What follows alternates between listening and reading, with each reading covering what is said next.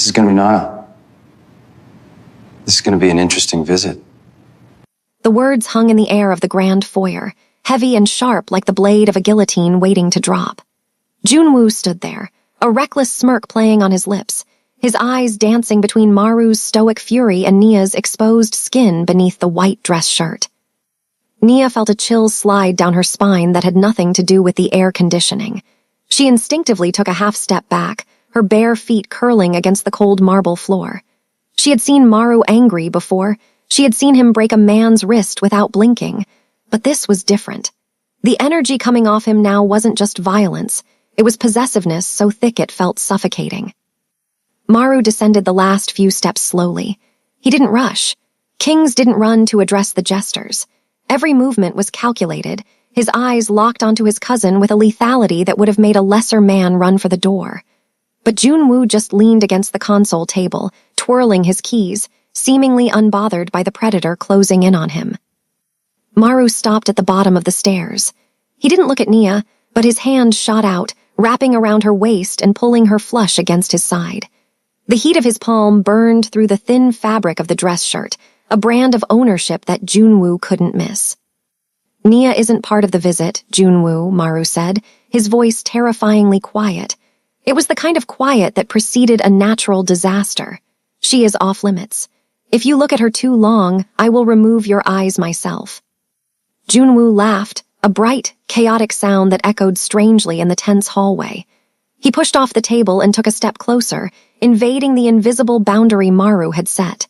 You've never been this protective over the staff before, cousin, he drawled, his gaze flicking to Nia's legs again. Unless she's not staff anymore. Maru's grip on Nia's waist tightened to the point of pain, but she didn't flinch. She leaned into him, instinctively seeking the protection of his solid frame. Maru didn't answer the question. He didn't owe Junwoo explanations.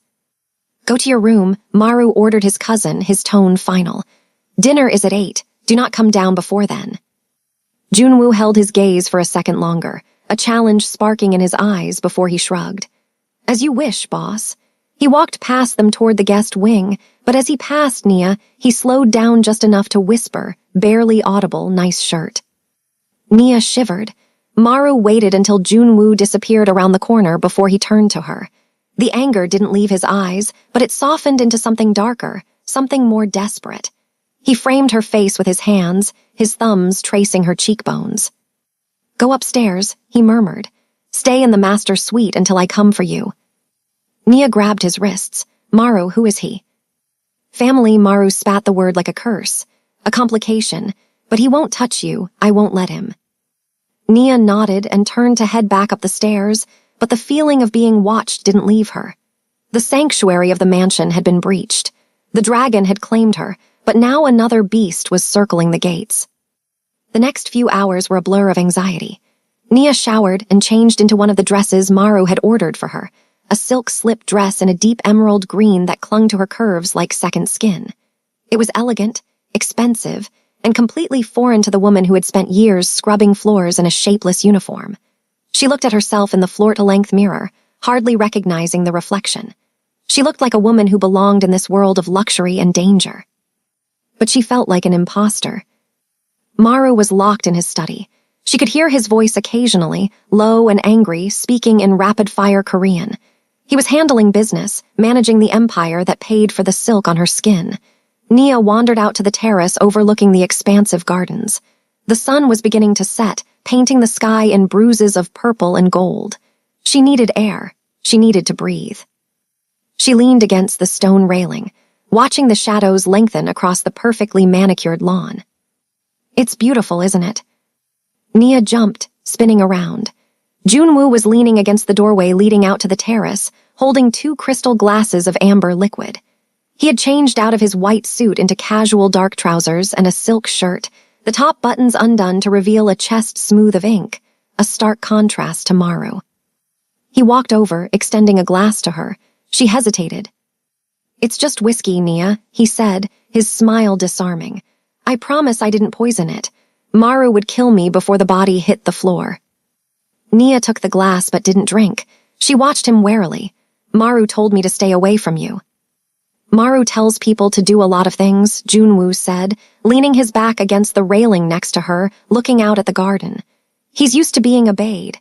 It must be exhausting for him. And for you. He took a sip of his drink, his eyes sliding sideways to assess her.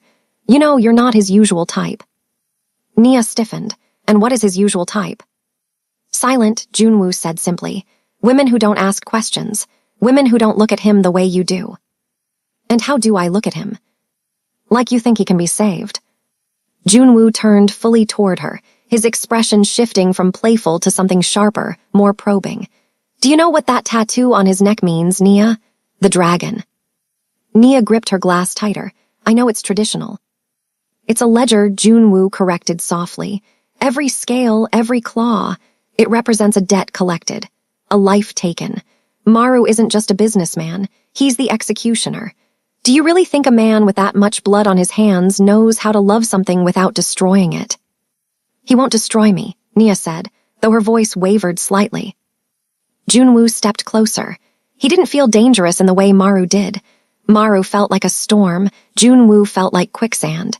Slow, pulling you in before you realized you were sinking. He might not mean to, Junwoo said, his voice dropping to a conspiratorial whisper. But Maru gets bored, Nia. He conquers, he claims, and then he moves on to the next conquest. You're the flavor of the month, the new toy. I've seen it happen a dozen times. He reached out, his fingers hovering near her arm.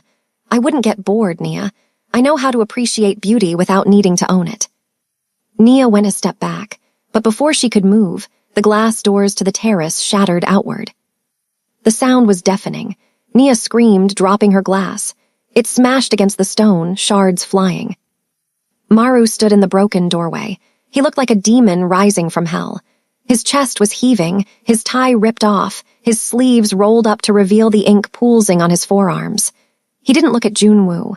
He looked at Nia, and the look on his face was terrifying. Get inside, Maru snarled. Junwoo held up his hands. That infuriating smirk back in place. Relax, cousin, we were just chatting. I said, get inside. Maru roared, the sound echoing across the grounds. Nia scrambled past him into the living room, her heart hammering against her ribs. Maru didn't follow immediately. He stepped up to Junwoo, grabbing him by the collar of his silk shirt and slamming him against the stone railing. Nia didn't hear what he whispered to his cousin, but she saw the blood drain from Junwoo's face. A moment later, Maru stormed inside. He grabbed Nia's hand, not gently this time, and dragged her toward the stairs. Maru, you're hurting me, she cried, stumbling to keep up with his long strides. He didn't stop until they were inside the master bedroom. He kicked the door shut and spun her around, backing her against the heavy wood. His breathing was ragged, his eyes wild. I told you, he rasped, caging her in with his arms. I told you he was poison. Why were you talking to him? He came to me, Nia shouted back, finding her courage. I was just standing there. He was talking about you.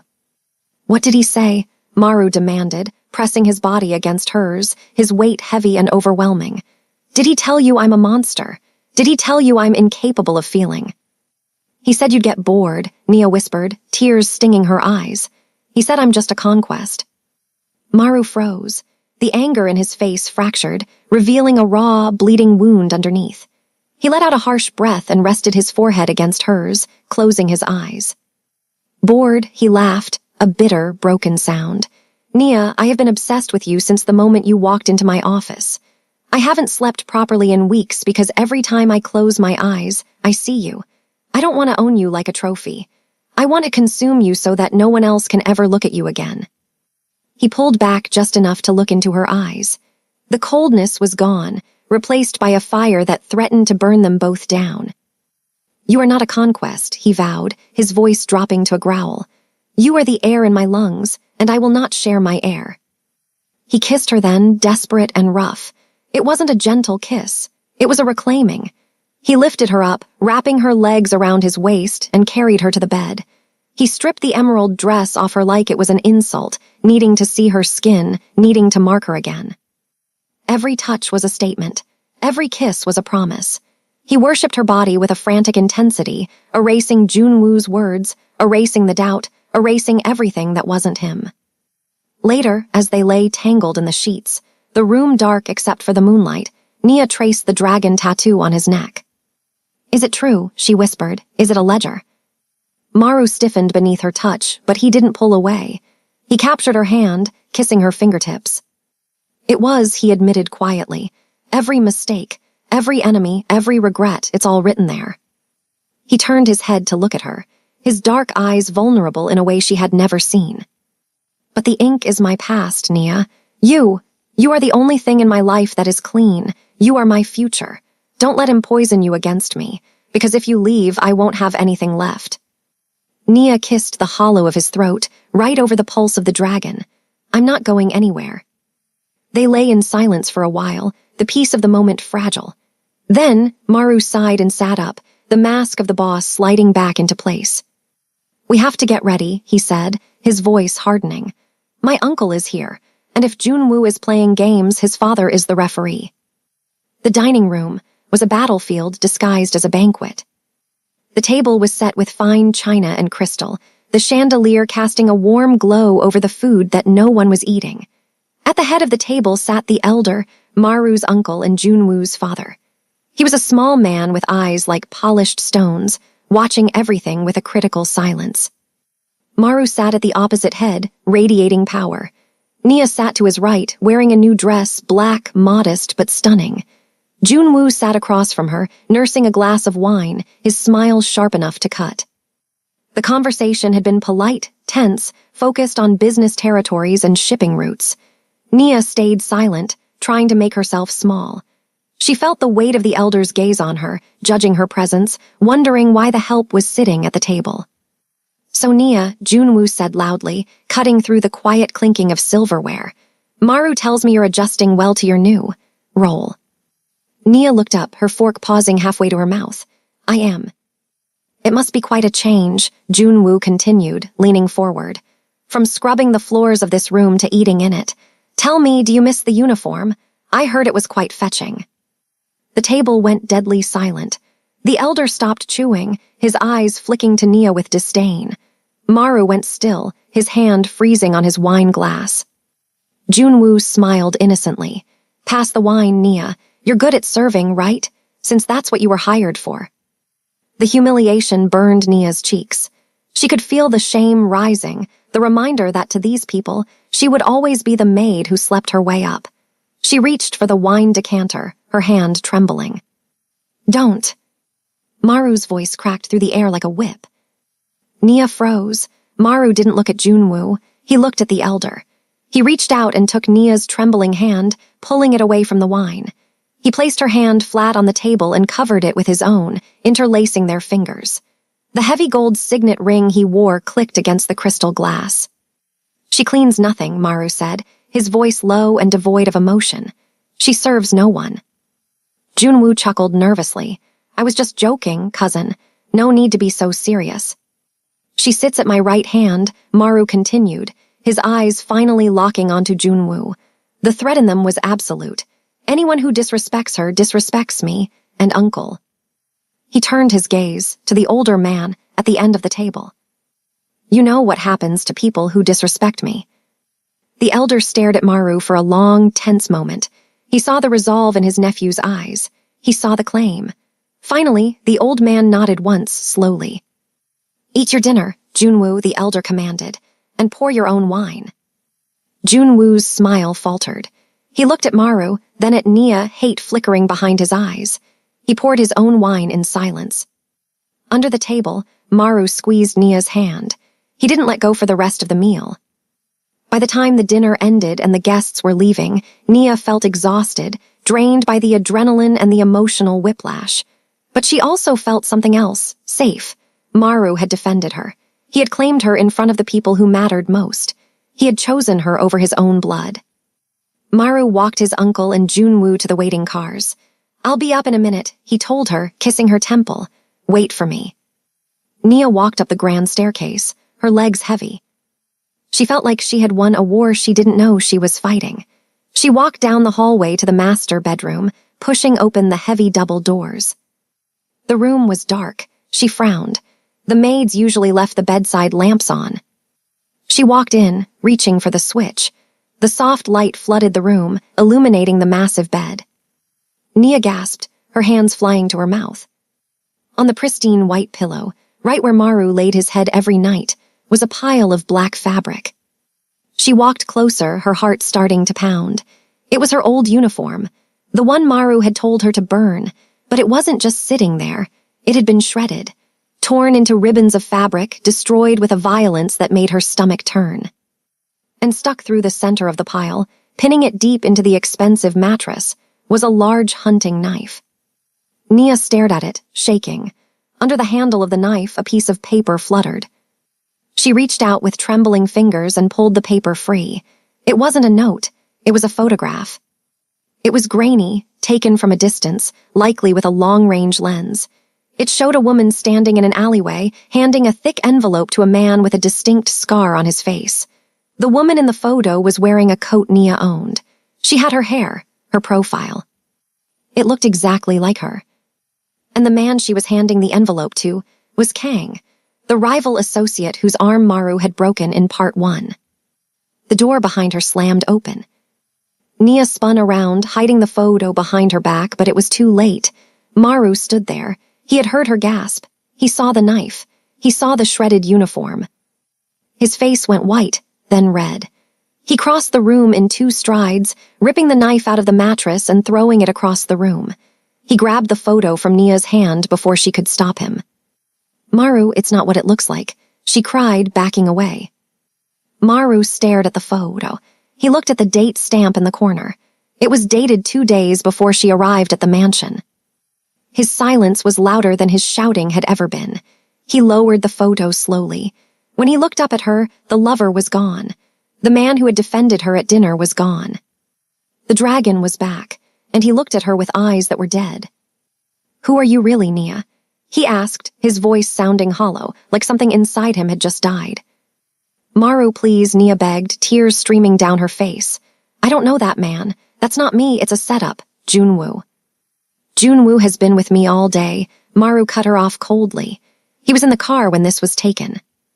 He took a step toward her, and for the first time since she met him, Nia was terrified not of his power, but of his heartbreak. "Did you come here to clean?" Maru whispered, crumpling the photo in his tattooed fist. "Or did you come here to spy?" Nia backed into the wall, shaking her head. "No, no." Maru turned his back on her. "Get out." "Maru." "Get out," he roared, smashing his fist into the mirror on the wall. Glass shattered everywhere, reflecting 1,000 fractured images of a love that had just been murdered. Nia ran. She ran out of the room, down the hall, her heart breaking with every step. She realized then that Junwoo's game wasn't to steal her. He didn't want her. He wanted to destroy Maru, and the only way to kill a dragon was to cut out his heart. Nia thought the danger was outside the gates. She was wrong. The danger was already in the bed.